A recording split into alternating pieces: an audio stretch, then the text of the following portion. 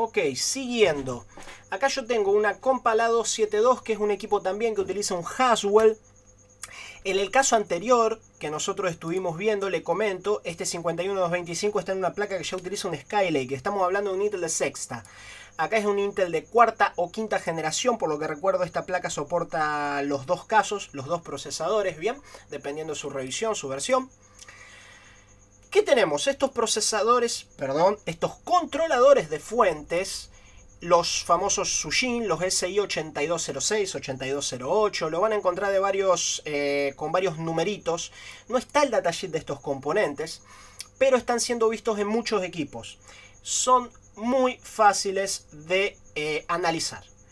Son componentes que manejan apenas una fuente. Este maneja la fuente de 3 volts y tengo otro parecido abajo. Físicamente son iguales, pero cambia un numerito. Este es el 8208 y este es el 8206. Entonces, este maneja la fuente de 5 y el de arriba maneja la fuente de 3 volts. Tienen prácticamente casi ninguna diferencia. Y fíjense en lo fácil que es analizar esto. Cristian, ¿dónde están los MOSFET de alta y de baja? Los MOSFETs de alta y de baja están integrados adentro del controlador. Ya no tenemos que analizar pulsos de alta y de baja. Entonces, ¿qué tenemos acá? IN de VIN, que proviene de una línea de V+. También está yendo a un EN de Enable. Entonces, el componente se alimenta e inmediatamente se habilita. ¿Qué va a habilitar? Esa habilitación obviamente va a permitir que se genere este LDO, esta tensión del regulador lineal, que es de un máximo de 100 miliamperios. Está todo acá.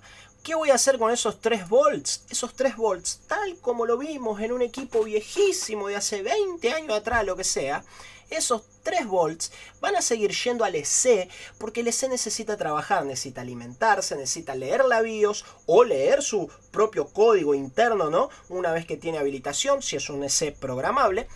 Entonces, ya con eso voy a poder tener esta señal llamada EC ON. Este EC ON va a venir para un próximo terminal, una vez que yo... dependiendo del equipo, obviamente, puede ser que esta señal sea generada después del botón de encendido, antes del botón de encendido, puede y es muy probable que varíe si estamos con la batería o con el cargador. Todo eso lo pueden ver en los Power Rails que les muestro principalmente cuando hablo de fuentes de alimentación, cuando hablo de estándar ACPI también. Entonces, una vez que se genere este Enable 1, que va a venir desde el EC, yo voy a tener la habilitación de la fuente de potencia. Voy a tener pulsos en esta bobina PL303. En este punto 1 yo voy a tener pulsos. Entonces, yo voy a medir con mi osciloscopio y voy a encontrar los pulsos de onda cuadrada, el PWM, que van a llegar con el cargador hasta los 19 volts aproximadamente. ¿Ok? Entonces con eso verifico el funcionamiento de mi fuente. Si yo tengo una fuente que se está desarmando, lo que tengo que ver es si en algún momento hay pulsos aquí. Ya no voy a verificar MOSFET de alta y de baja. Voy a verificar si hay pulsos aquí en algún momento y voy a verificar si esos pulsos llegan hasta los 19 volts, que es el valor de mi línea de B+.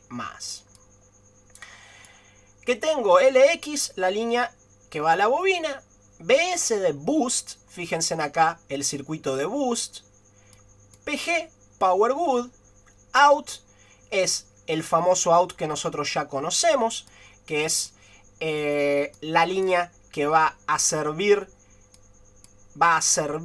de entrada para estos 3 volts always, pero al mismo tiempo va a servir para descargar la fuente. Eso está explicado en los videos, tal como ocurre en el 51125. FB es un feedback, ¿ok? GND.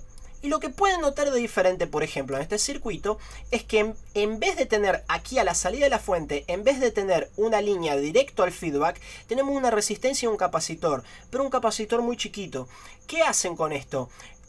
Hacen un sistema de feedback más eficiente, basado principalmente en lo que sería el rizado de la fuente. Si el rizado de la fuente, porque ustedes saben ya a esta altura, deberían saberlo, un capacitor no va a permitir el paso de la corriente continua, pero va a permitir el paso de la corriente alterna. Entonces, si el rizado de la fuente, el rizado es una alterna. Nosotros medimos rizado utilizando el osciloscopio en corriente alterna.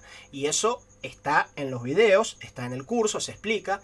Entonces, si ustedes tienen un rizado en la fuente, si el equipo tiene un rizado en la fuente más alto de lo normal, por medio de esta línea de feedback, el componente va a saberlo y va a tomar las consecuencias, las actitudes que deba tomar, ¿no? Puede desactivar la fuente, puede intentar calibrar los pulsos, puede actuar acorde a lo que necesite.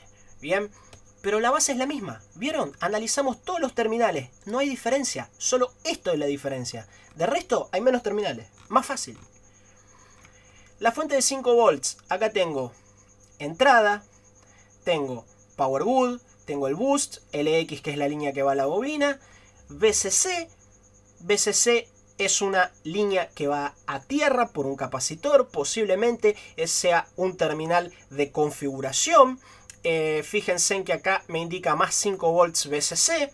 Entonces, en esta línea no puedo darles lujo de detalles de para qué hace ese terminal específicamente. Pero, porque no tengo el datasheet, no he visto hasta el día de hoy el datasheet de este componente.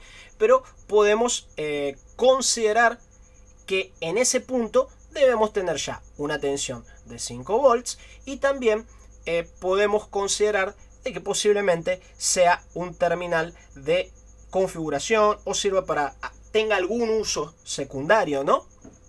Pero no hay nada de otro mundo. Esto, por ejemplo, suele ocurrir en algunos integrados que tienen una salida de LDO, como tenemos acá, un regulador lineal de 5 volts, 100 miliamperios, y a veces ese mismo LDO internamente alimenta otros circuitos y nosotros tenemos un terminal por el cual inclusive podemos controlar que esos circuitos estén bien. O sea, si tenemos 5 volts aquí, necesitamos tener 5 volts aquí. Si no, hay un problema en el componente. Tenemos la habilitación, tenemos el feedback, nuevamente como lo vimos arriba, el boost, power good, ahí está.